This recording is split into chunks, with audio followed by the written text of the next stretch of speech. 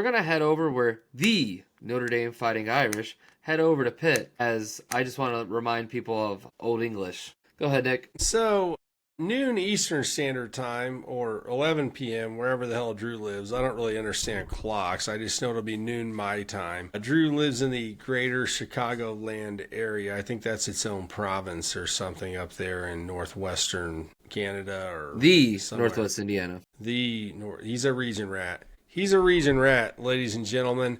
So noon Eastern, Notre Dame travels to Pittsburgh. Let's quote Pittsburgh's coach here, Mr. Coach Drew, here on the Blitz with me. Pat Narduzzi, the coach of the Pittsburgh Panthers. We could lose by 100 and this game doesn't matter. Am I paraphrasing or am I directly quoting that? That's pretty much what he said. And the reason he's saying that is because the number 22 Pittsburgh Panthers still have a chance, whether they lose to Notre Dame or not, to qualify for the ACC championship game. And this is something we talked about over the last few weeks here on the Midwest Blitz, is that some of these teams, Notre Dame plays a partial ACC schedule, but this game against an ACC opponent does not count towards the ACC schedule. Am I getting that right or wrong, Coach Drew? Does that make sense, what I'm saying to the audience? So this is not the only one. Army, Navy, and the American Conference is the same thing. And then another friend of the show, Coach Tyler, texted me another game earlier where two teams in the same conference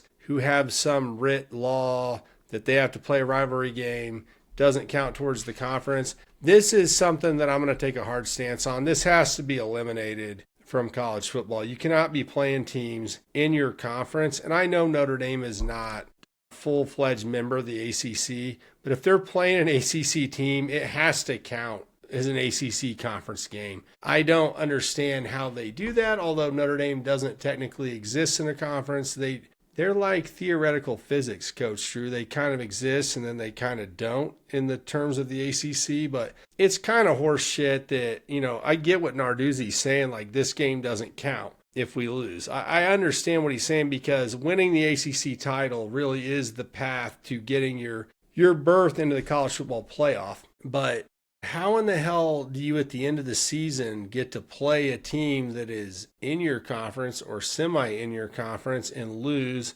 Like, to a lesser degree, it bothers me about Georgia and Georgia Tech, where Georgia and Georgia Tech have a rivalry game. And then at the end of the year, Georgia could lose to Georgia Tech. They went 7 overtimes last year. That was a magnificent game if you guys didn't see it. Holy freaking smokes. What a football game that was. But so some teams have this end of Clemson lost to South Carolina last year, similar. They're not in the same conference, but it's the last game of the regular season. They lose, Clemson in this case, go to the conference championship game, win the ACC conference championship game, then go to the college football playoff, and they are in no way penalized for losing their last game of the regular season. I mean, look at Ohio State and Michigan would be the ultimate example of the polar opposite of this. And I mean, I'm gonna talk about this for a second. This is off the cuff, off script, Coach Drew, but I was talking to a mutual friend the other day. We were talking about, it was a Notre Dame fan. So he's not familiar with conference rivalries. He's just familiar with Notre Dame. All their rivals are not in a conference because Notre Dame's not in a conference. And we were discussing the Ohio State-Michigan rivalry and how it's written into law, state law, Michigan and Ohio, state law. They play the last game of the year every year since way before we were born and way after we're dead if they're still playing football. That has cost each one of those programs so many chances to win a national championship over the last 50 years. Yeah, I'll go back 50, 60 years. And you know what, Drew? They don't care. They don't care that game puts them in danger of not winning postseason recognition. You know why? Pure heart of competition. We hate you. And we want to step over your dead body on the way to a championship. If we can't step over your dead body on the way to a championship, we don't want the damn championship. Remember last year, Ohio State, how they reacted to the Michigan loss? As obnoxious sometimes as some fan bases can be about certain things, in that frame of reference, I respect the Michigan and Ohio State fan bases so much. They will never schedule their rivalry game to not be counted as a conference game in the Big Ten. They want to kill the other guy on the way to get that pot of gold at the end of the rainbow. And that is like, as epic as sports can get. I mean, that's why they call it the best rivalry in college sports. You can say Duke, North Carolina basketball, but I think Ohio State, Michigan football is the absolute tops, and it's because of that. They could schedule around. They could play that game week 1. Hey, let's change it. Hey, let's change tradition. No, the tradition is the heavyweight title fight for both of them is that last game of the regular season. And I just absolutely love that. That is just pure epic college football. Yeah, I wonder with the planning of the flag that Michigan did, that actually helped Ohio State come together, because I remember watching it.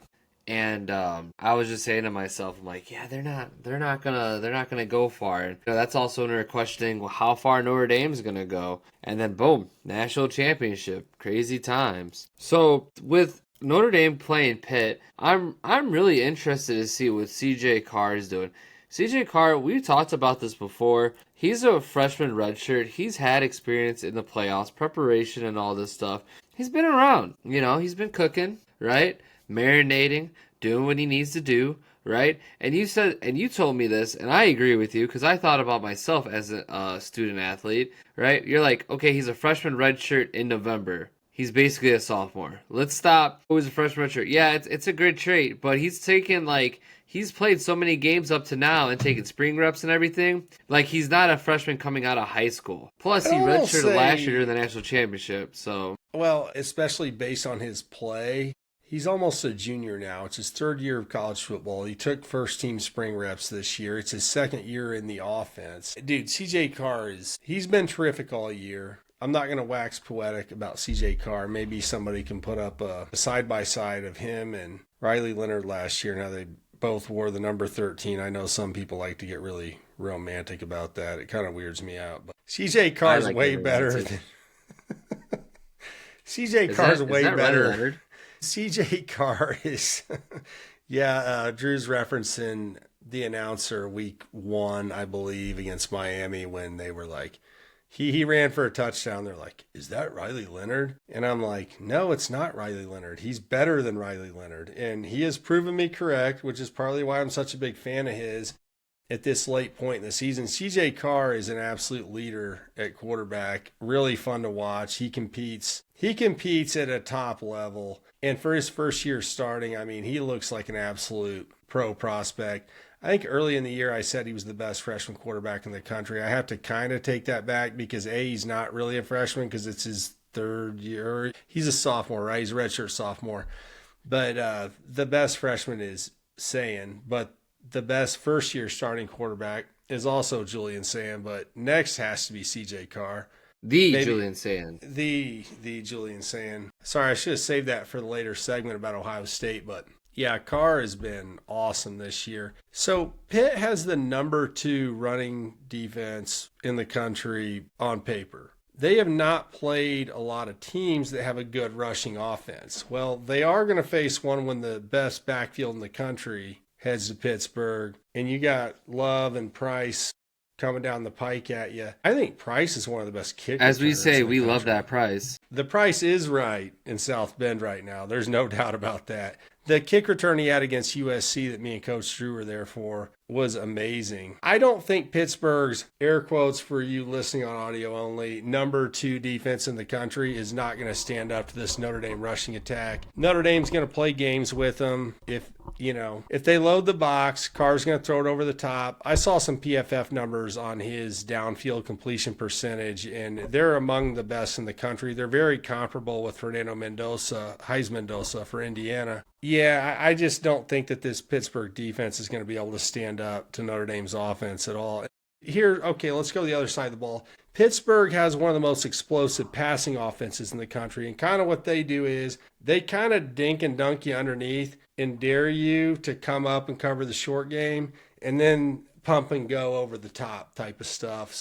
Sluggo, slant and go type routes. And I don't know is Notre Dame up to the task? We've been on Chris Ash all year. We've been on the defensive coordinator all year. We have not criticized the players from Notre Dame. We've been critical of the defensive coordinator. You know what? I think they are up to the task this week. This is kind of how I see this going. I think that They might get one deep, but they're not going to get more than one or two. I think that Notre Dame's defense has matured, and I don't think that Pittsburgh has played athletes like Notre Dame has in the secondary. I think Notre Dame has simplified their concepts on defense, where they're now not confusing themselves by running too many different schemes, as we've talked about here on the Blitz. They've simplified it down to a few different concepts that work for them, and they are going to make it hard on this Pittsburgh offense that is on paper and has been one of the most explosive passing offenses. I think Notre Dame's going to do just fine in this game, Coach Drew. I had to throw a little head fake in there on the Chris Ash thing, though, because we've been doing that, and I've been catching some shit for it from the Notre Dame fans. So we'll see what you guys have to say about that. I think Notre Dame's going to be just fine in this game. I think they're going to run the ball right down the pike.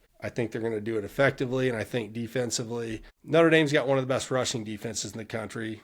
I don't know if I said that yet, but I think Notre Dame goes in there and takes care of business pretty handily. 11.5 is the spread. Pitt plus 11.5 at home. I expect Notre Dame to cover that. That's my expectation for the Irish. I think the Irish are cruising into a very good situation right now. I really do. And at number 9 right now, they're above the Mendoza line, meaning the cut line, where somebody above them is going to lose this week, and then they're going to jump up and be outside of that bottom 4. If you can get outside of that bottom 4 right now, as far as the 12-team ranking, you're in pretty good shape. And I think that's where the Irish will be next Tuesday when they do the new rankings, Coach Drew. Yeah, I do think, just piggybacking off what you said, I think CJ Carr is going to be the X factor. I just want to hype him up one more time here. They're going to run the ball down their throat, correct, but there's a difference between this year's Notre Dame offense and last year's Notre Dame offense. Not only do we actually have some really good, I think we have a way better wide receiver core. That's one. So we have players to make space. Number 2, we actually have a quarterback who could hit those players in space. It's like a double whammy. This team got really good, really quick offensively, and you have 2 running backs that could do well. There's a 3rd running back there. He's a sleeping agent, right? So then you have Pauling, you have Fields, CJ Carr is going to do his thing. Like, I hope that we can match whatever our defense gives up, because I know that Pitt is going to score at some point. It could be 1 field goal for the whole game, but I just want our offense to pound it. Playing on the road is always hard. College game day is going to be there. The fans are going to be excited. Nobody likes Notre Dame. Everybody hates their strength of schedule, but yeah, I just wanted to say that. Faison and Reardon at tight end are going to have big games this week. Not to mention Love, who's going to be in New York for the Heisman presentation before you know it.